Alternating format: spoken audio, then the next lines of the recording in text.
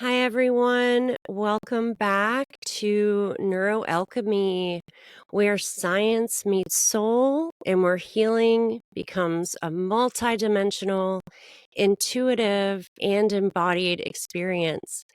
I'm your host, Dr. Sarah Young. Before we begin, a gentle note. Today's conversation includes concepts like astrology, numerology, and energetic awareness. Words that many of you have heard, but maybe don't fully understand yet. So we'll take everything slowly and we'll define our terms clearly and ground each idea in real life examples. Our guest today is Sunshine Monié L, an intuitive guide who uses symbolic systems like astrology, numerology, and energy-based frameworks to help people understand their emotional patterns, their inner strengths, and their unique expression. Her work blends creativity, intuition, and self-awareness in a way that helps people feel more aligned and connected to themselves. I'm so excited to begin. Sunshine, what was the moment or period in your life that opened this path of inner exploration? What was happening inside you at that time? Um, Honestly, this has been like a lifelong journey for me. When I look at, the things that I do now as an adult, these are all like activities I engaged in as a child, but it was called like imaginary play. Um, so it's been a lifelong journey. I would say like walking into it in a more like intentional, like professional mindset with it. I was 19 and I was, going to school for psychology, and I was very interested in the concepts and things like that. And I had went to the Bahamas for my birthday, and I was born during hurricane season, but I wasn't thinking too much about it. And I ended up drowning in the ocean, and I kind of had like an outer body experience where I was like Mm, standing on the outside of myself, and I'm watching myself in the water, and there's like this like light entity next to me, and I felt comfortable with it, and I was just like, is this it? Like this is all I'm going to do? And the light kind of like looked at me like with like a it was an energy. I don't want to humanize it because it wasn't a human energy, but I felt like a shoulder shrug, like I don't know, I guess so. And then someone like pulled me out of the ocean, and it just like it was like a jolt. And it was like after that, I just started looking at things like so differently ever since then, and it made me want to add more spirituality to the sciences that I was learning. that's really beautiful and profound. And I'm sure a lot of our listeners out there might relate to that. It sounds very similar to an NDE or a near-death experience. And Hmm. often those are portals for us as souls in our evolution.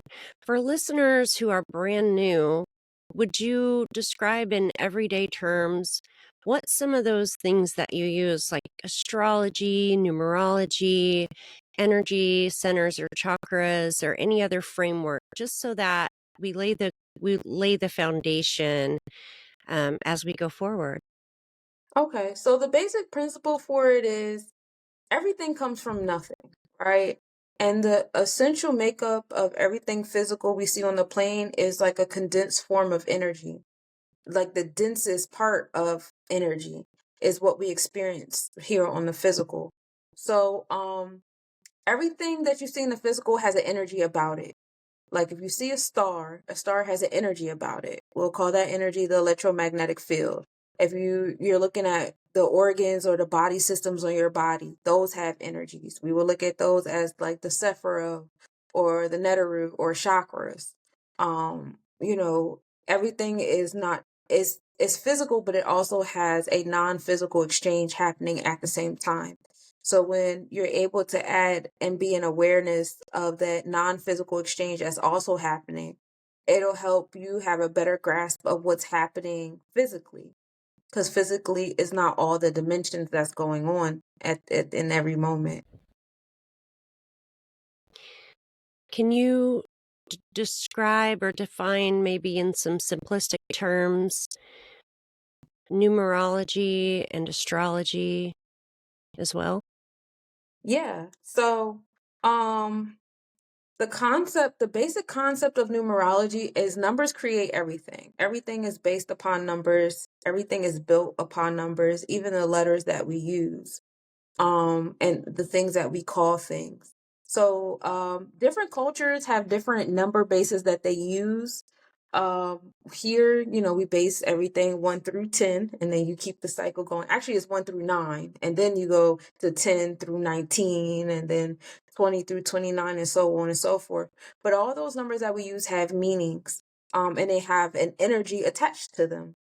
So, numerology is basically learning about the energy that's attached to each number and all the different places that number goes, whether it's your address, your phone number, your name, um, the town you live in, your name versus the names that you want to give your children or your partner, whatever. All these have an energy attached to them that does become an energy that you get to experience.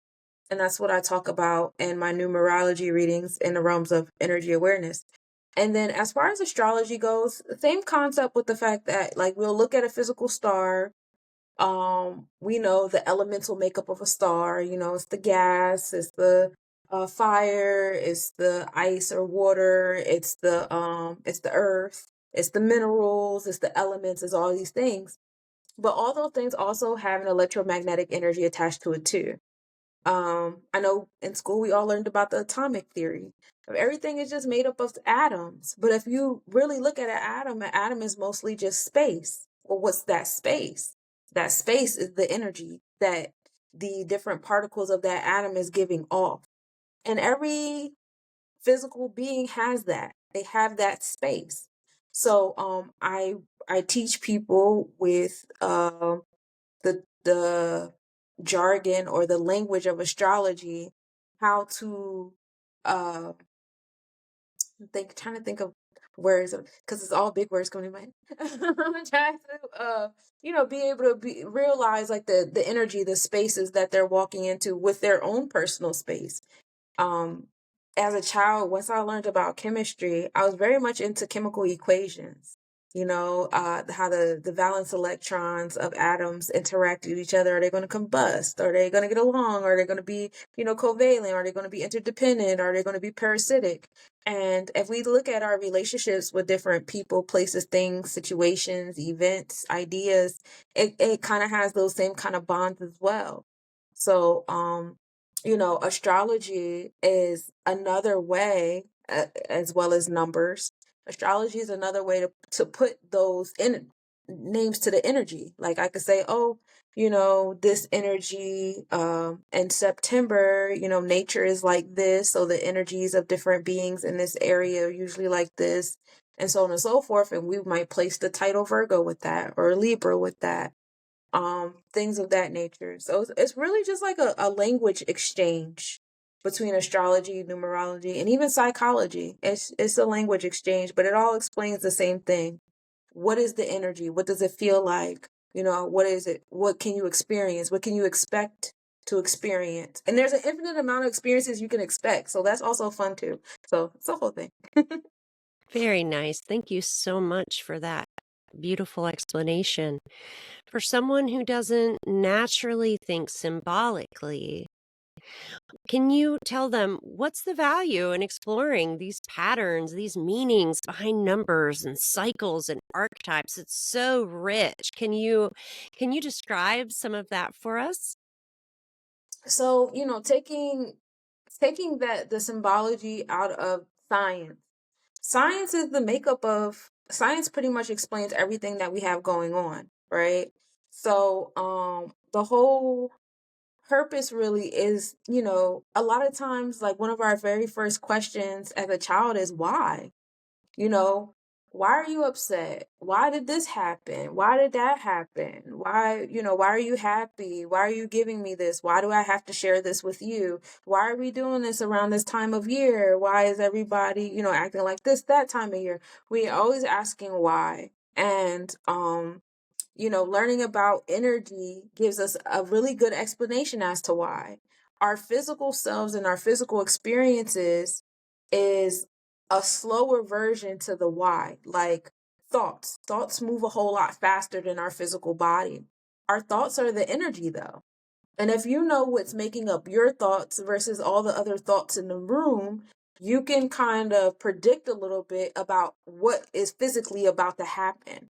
So it helps with, that awareness of, how some people can walk in a room and they can't read the room. Like, you Mhm. don't understand what's going on. You come in here with this loud energy and we're in the library, Mm, mhm. things like that. So this kind of, I know that was the lamest example, but this kind of helps that in more complicated spaces. It also helps with like grief counseling. A lot of time we wonder like why did this person think that was okay to do to me? Why, this, that, and the third. And that person can't give you proper closure because they might not know the why.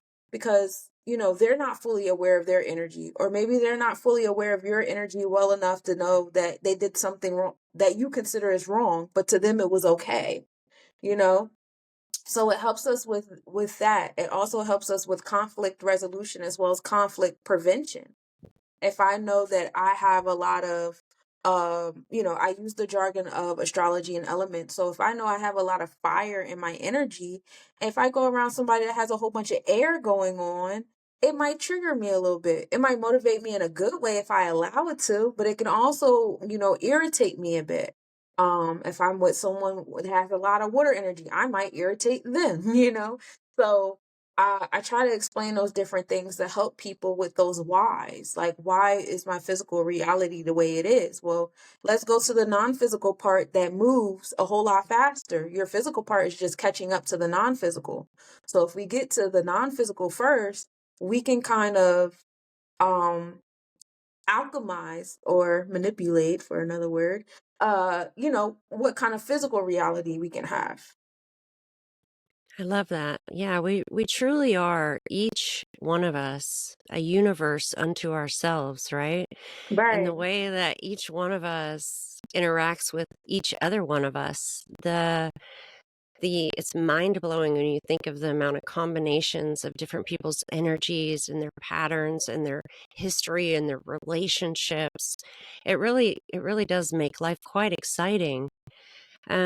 Sunshine, can you tell me how symbolic systems can help people to understand their own emotional landscape, their own nervous system patterns? Oh yeah, absolutely. So, when it comes to nervous system patterns, so this is what I like to specialize in is placing your planets into your chakras.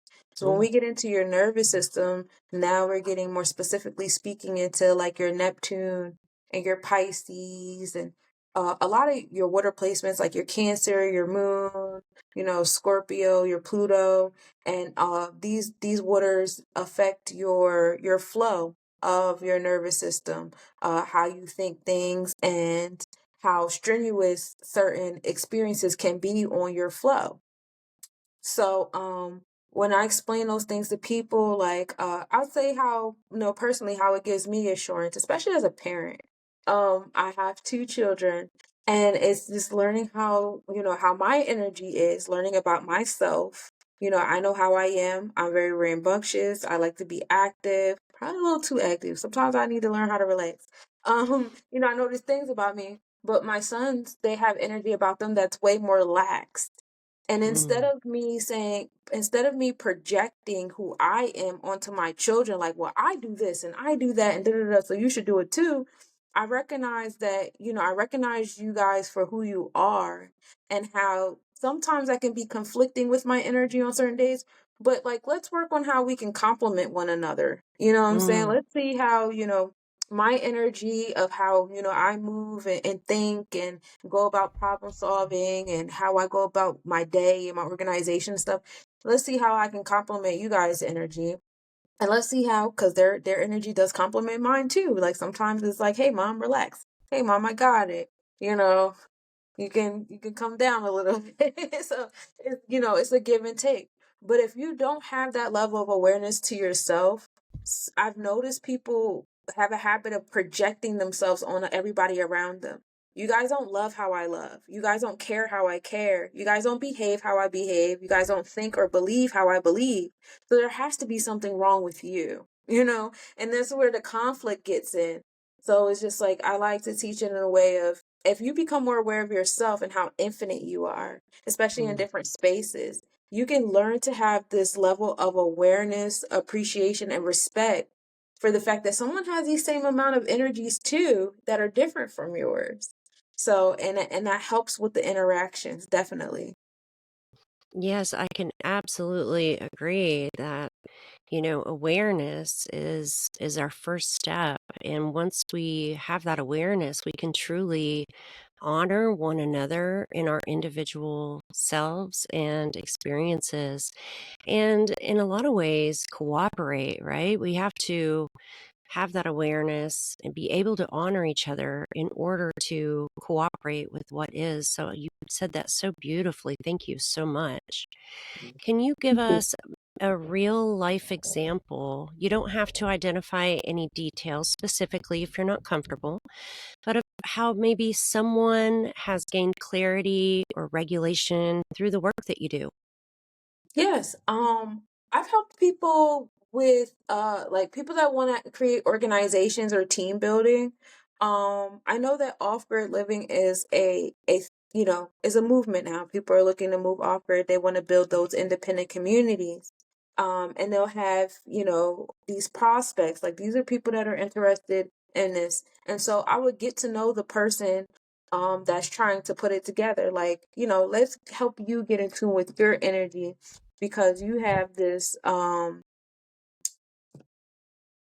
generalized idea of what you want to do.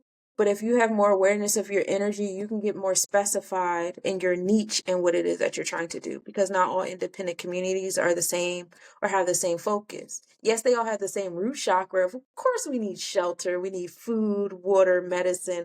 We love animals, we want to go to plants. That's the root chakra of it all. But you still have all these other chakras on top. You have your sense of belonging. What kind of energy do what brings you joy? What brings you pleasure? What you want to focus on here? You have your solar plexus chakra of self-control and ambition and, conflict resolution and so on and so forth. So, of course, when we did build our independent communities, we're mostly focused on that root chakra, but I help this individual get in tune with their other chakras as well. Like, it's bigger than that. And so while doing that with them, I'm showing them how to be aware of the people that are interested in their chakras and how they might interact. Now, everyone has to have a job, right? Everybody has to have something they're good at. Not everybody knows what they're good at. Or some people don't realize that the thing that they walk around with that they think is their strength isn't really their strongest one. Mm. It's just, this is what I like to do. So in my mind, this is my strength. But when I think about it, it's not the strongest thing that I do. Like me, I do a lot of things. I love to make jewelry. But that's not the strongest thing that I can do. There's things that I'm like just way more naturally better at and I'm just as passionate about. So, helping this person, bring on these prospects and now having awareness of the compatibility between the chakras of what energies are in my chakras, what energies are in yours, what are the different ways that these can align with. And also, when I'm doing readings for people, I'm constantly asking them, does it resonate? Does it resonate? Because I want to make sure that, I'm reading you correctly. And because, like I said, you could read someone's placement an infinite amount of ways. So it's, I'm getting reassurance that, okay, that does make sense. That is me. Da, da, da. So now I'm telling you guys how you guys could possibly interact with one another, the different conflicts that may occur, the different things that even though this person is interested in this, they can be stronger in that. And so keep an open mind about, you know, bringing this to the table when you come to a community, as well as what it is that you actually love to do. things of that nature. And so I was able to help someone, create an independent community. I was also able to help other people create a board for their nonprofit, making sure they had people that were compatible and everybody's in alignment with the mission statement overall. And those are really great experiences, honestly. So, what I heard you say is that you really help people to get in tune with themselves, to get in tune with others. You create a space where you can honor their strengths and their weaknesses. You help them unlock each person's potential, and alignment is really big for you. That was just my perspective on some of those things that I heard you say. You've talked about how intuition guides transformation. How do you see intuition connecting to nervous system safety, clarity, or coherence? Yes, intuition is a big one on safety. We have that fight or flight mode. And then when you get into like the spiritual aspect of that, because fight or flight, we know we associate that with psychology, right? When you get into the spiritual aspect of it, that's the solar plexus chakra, the gut that controls the mind. We get into the scientific aspect of it. We know when my gut is hungry, it'll tell my mind it's time to eat. And now I have to do the things. We know the gut is Aries, that's the fire. And when I go to do the things, I am, behaving in Scorpio. I have to manipulate, create transformations. I'm making a burger or I'm paying someone to make me a burger or, that so I can put the Scorpio water to my Aries fire that's telling me what to do. Also, like, if I'm in a dangerous situation, your Mars or your Aries placement will let you know, um, you know, these are different situations that seem dangerous. Like, I can't swim. So if I get to the deep end of the pool, I don't want to be there versus somebody else that gets to the deep end of the pool and they're having a great time because they feel safer there in their solar plexus chakra. So, that's, how you could say like the differences between people's, solar plexus. Some people, they box or they wrestle or they kickbox for a living. So when they're in certain situations, they're not in flight mode. They're in fight mode. I'm flighting. Okay. So you have different situations like that. And so it's just learning how to follow your gut, knowing when your gut is speaking to you from certain standpoints of, am I being balanced here when my gut is speaking to me, or am I being imbalanced here? Um and you learn that when you get into, astrology and the chakras more in detail. Just in a general sense, it's just learning how to allow your gut to be in alignment, be the message to your mind to let you know what to do next. Yeah, so signals can be doorways, signals can be tools. And I love how you really guide people to kind of get the static out and really see what those signals are so that they can better, align with what they're going for, what their life is. That's really nice. What are the biggest misconceptions you think people have about astrology or numerology or energy work? I would say one of the biggest ones, I know that it conflicts with people's religious walks, and that's never my intentions. So, I'll communicate with them more so in the psychology or chemistry, jargon with that, as far as, these concepts are the same. It's just the language that's being used. And so if the scientific language works better for you than me talking about astrology and numerology, so be it. But the message will be the same, I promise you. And also the idea that all these things are outside of self. And yes, and we are experiencing ourselves right now. We are experiencing ourselves. Even when we look up to the sky, we're still experiencing ourselves. Yes, but in the same breath, all of these things, like how I teach it, it's within yourself. It's not necessarily like this big energy in the sky you have to pray for and create altars and sacrifices for. These are all energies you have within. And a lot of the mythology that we learn about are like personified fables to show us hey, this is how your energies interact with each other inside. When you're overbalanced here and imbalanced there, or you're balanced in both areas, they fall in love. If you're imbalanced, they go to war. Sometimes there might be a Trojan horse in one area and it gets to the other one. So, a lot of those stories are explanations of what's going on inside of self, especially when you feel that conflict between, what I want and what I need, or what I really want to do versus what I feel like other people would like for me to do, you know? So those are like the two main ones that I come across is people's religion and the mindset that it's outside of self. So because of the mindset that is outside of self, it's like this is pseudoscience, it's not real, or things like that. And it's like, well, we don't have to have the astrology conversation. Let's talk about psychology then. I love that. I love how you use different languages that describe essentially, the same meaning. And it's so important to change the vocabulary depending on who we're talking to because none of us really have the exact same makeup, the same life experience, the same cultural knowledge. But there's something to be said for the alchemy of those inner and outer worlds. And keeping an open mind is definitely something that is a benefit to us because when we have an open mind, it's like an open door, right? And when we have that open door, we can allow more things in. But if we're kind of pigeonholed in the way that we think about things or we're just stuck in it has to be this way, the learning can't happen, right? There's a Right. closeness there. Um so that's so important. Where do you see symbolic or intuitive work aligning with what we know from trauma science, neuroplasticity, or emotional regulation? Oh, that's a good question. Um, well, we get into the power of the mindset and how I see it a lot in the science articles about how, scientists are just now realizing that which is very interesting because the placebo effect experiment was done a long, long time ago. Mhm. But we're just now coming into this, scientific phenomenon that your mind has a power.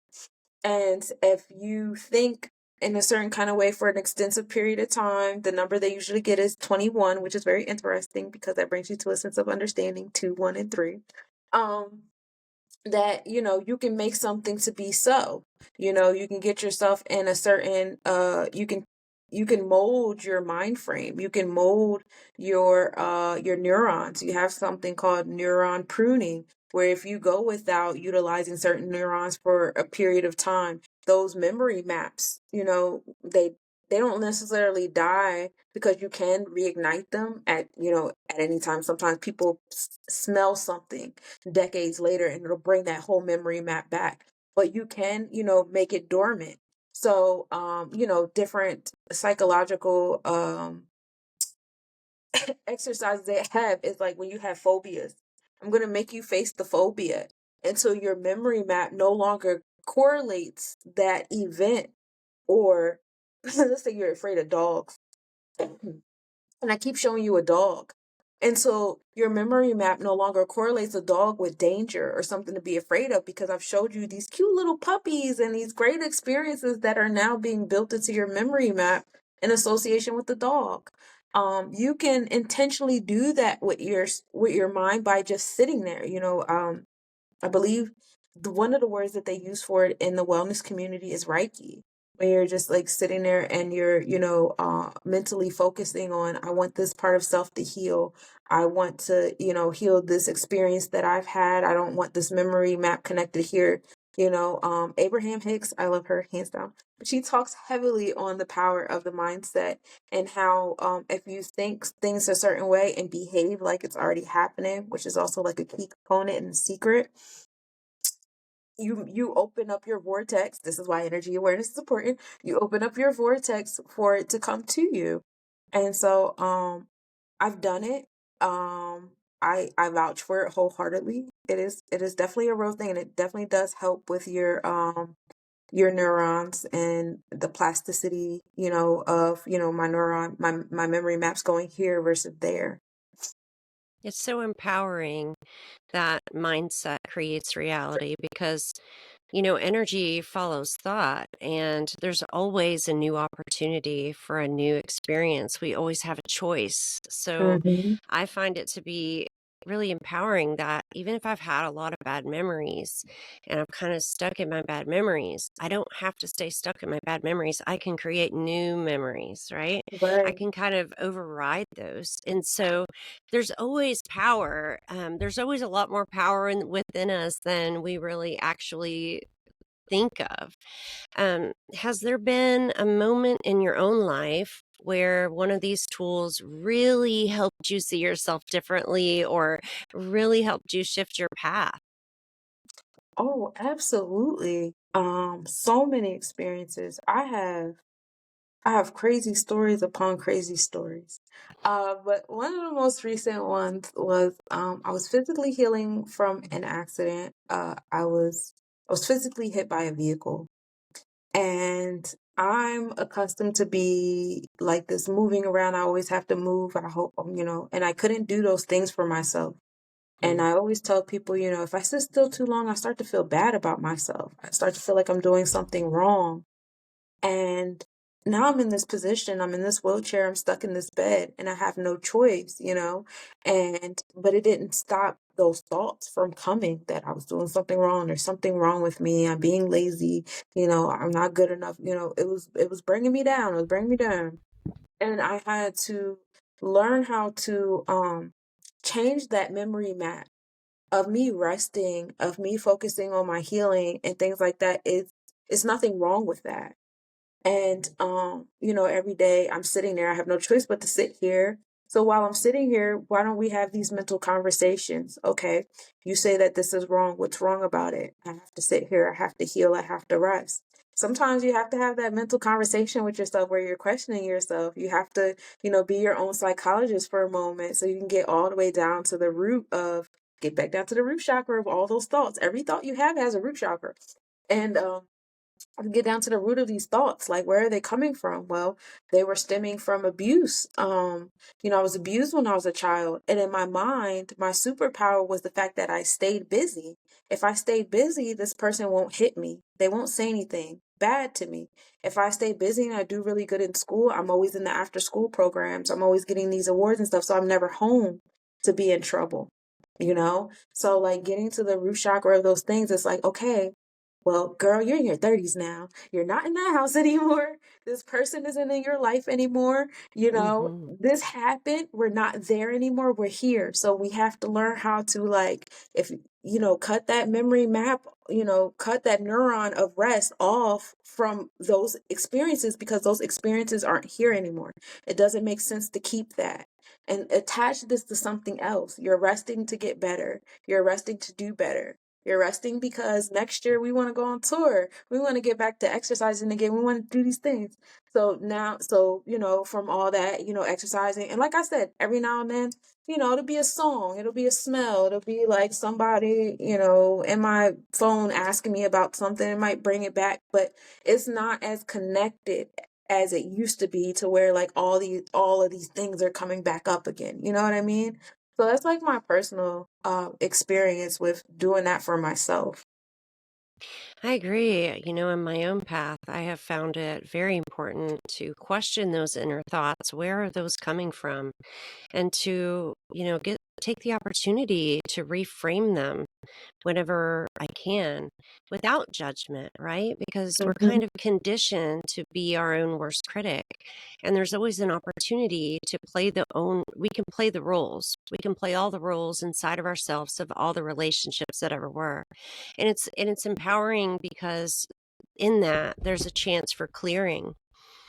For someone listening who's curious but maybe overwhelmed, what's one simple, gentle first step they can take? A gentle first step you could take is when you wake up, instead of grabbing your phone, hurry up. First thing we do when we usually wake up is we hurry up and plug our energy into other things, right?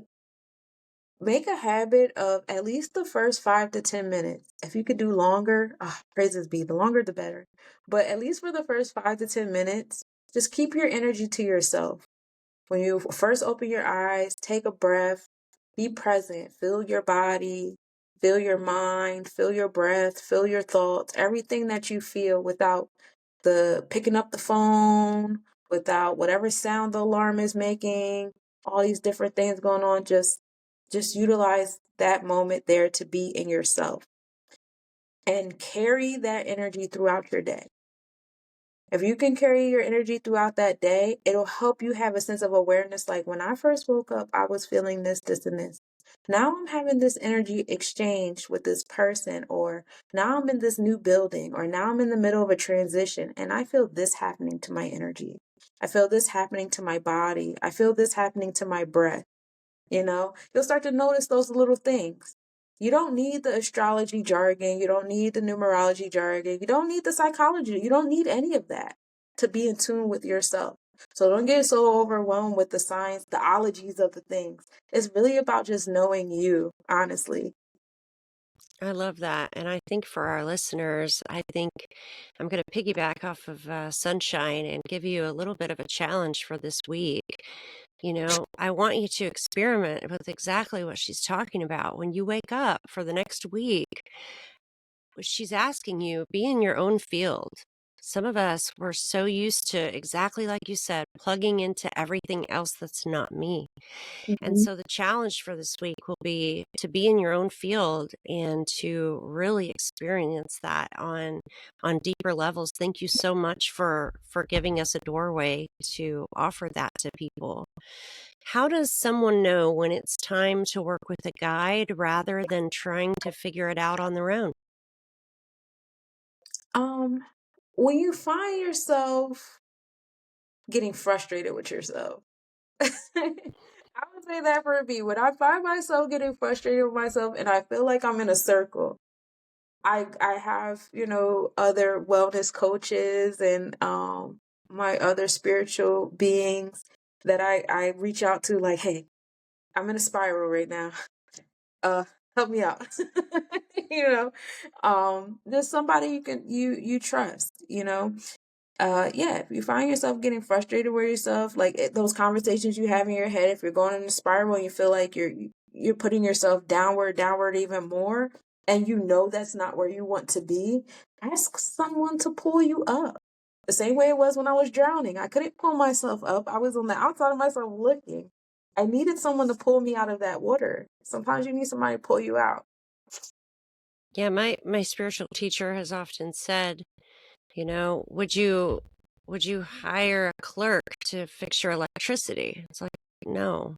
No, we wouldn't. We would want a skilled electrician that knows the ins and outs of the wires and how they work and all the Hmm. things, right? And I think what you're saying really speaks to that. It's very much the same. Sometimes within our own labyrinths, we can't see the forest for the trees, and there's guiding lights all around, and there's always an opportunity to step up into our own light. Sunshine, what's one truth or principle that someone could carry into their day after listening to this conversation today? Um, I'll tell you the first thing that popped in my head when you said that. Let love be your religion. Hmm, Love is the strongest power we have. Put that first. that's beautiful. Thank you so much. Thank Sunshine, you.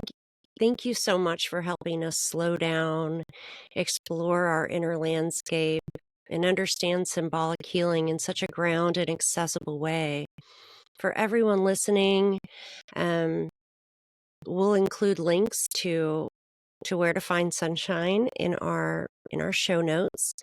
This is Neuroalchemy, and I'm Dr. Sarah Young. And until next time, may you honor your intuition, listen to your body, and take gentle steps into that next season of healing. Thank you. Bye, everyone.